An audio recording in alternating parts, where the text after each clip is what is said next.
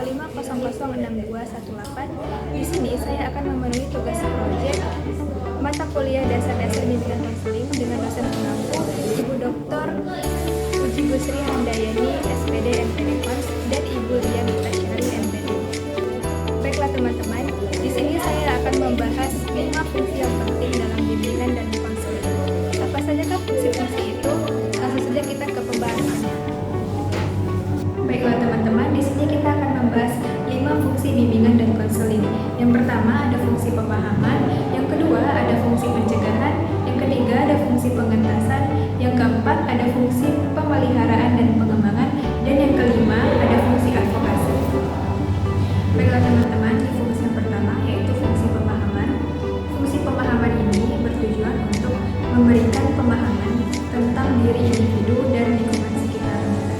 Nah, pemahaman tentang diri individu ini meliputi minat, potensi, bakat, kemampuan, kekurangan, dan kelebihan yang dimiliki oleh individu. Nah, contoh dari fungsi pemahaman ini adalah ketika di sekolah, guru BK memberikan tes minat bakat kepada anak kelas 12. Nah, dari tes minat bakat ini, guru BK dapat mengetahui jurusan apa yang cocok untuk masing-masing siswa untuk melanjutkan ke perguruan tinggi nanti. Nah, yang fungsi yang kedua itu adalah fungsi pencegahan. Nah, fungsi pencegahan ini bertujuan untuk mencegah timbulnya masalah terhadap individu sebelum masalah itu terjadi. Nah, jadi BK ini bukan hanya menangani masalah, tetapi juga mencegah dari timbulnya masalah yang akan terjadi. Selanjutnya adalah contoh dari fungsi pencegahan. Nah, contohnya itu adalah ketika di sekolah guru BK memberikan penyuluhan tentang bahayanya pergaulan bebas dan bullying. Nah, hal ini bertujuan agar siswa terhindar dari perilaku yang menyimpang atau perilaku yang negatif, baik itu di sekolah maupun di luar sekolah. Fungsi yang ketiga adalah fungsi pengentasan. Fungsi pengentasan ini bertujuan untuk memecahkan masalah, mengentaskan masalah, mencari solusi untuk masalah yang sedang dialami atau yang sedang terjadi pada diri individu atau klien. Baiklah, di sini ada contoh dari fungsi pengentasan. Nah, contohnya itu adalah ketika siswa ada yang mengalami penurunan peningkatan belajar karena akibat tekanan dari lingkungan keluarganya. Nah, di sini guru BK bisa melakukan konseling individu dengan mendengarkan keluh kesahnya, memberikan dukungan, serta mencarikan solusi agar masalah tersebut dapat terentaskan. Nah, yang keempat ada fungsi pemeliharaan dan fungsi pengembangan.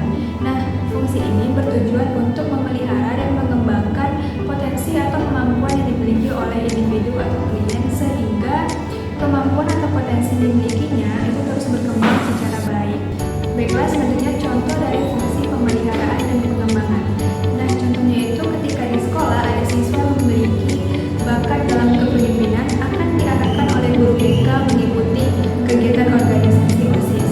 Sedangkan siswa yang memiliki bakat di prestasi akademik akan diarahkan guru BK untuk mengikuti bimbingan pengembangan karir agar semuanya itu berjalan dengan konsisten dan baik. Nah, yang kelima ada fungsi advokasi. Fungsi advokasi ini bertujuan untuk membela dan mendukung hak-hak siswa. Nah, hal ini dilakukan agar siswa mendapat perlakuan yang adil di sekolah maupun di lingkungan masyarakat. Nah, contoh dari fungsi advokasi ini adalah ketika di sekolah, siswa yang mendapatkan perlakuan diskriminatif atau hukuman yang tidak sesuai.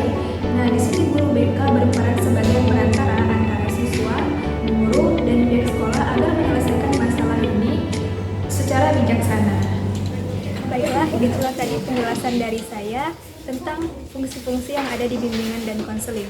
Semoga bermanfaat untuk kita semua. Sekian, terima kasih. Assalamualaikum warahmatullahi wabarakatuh.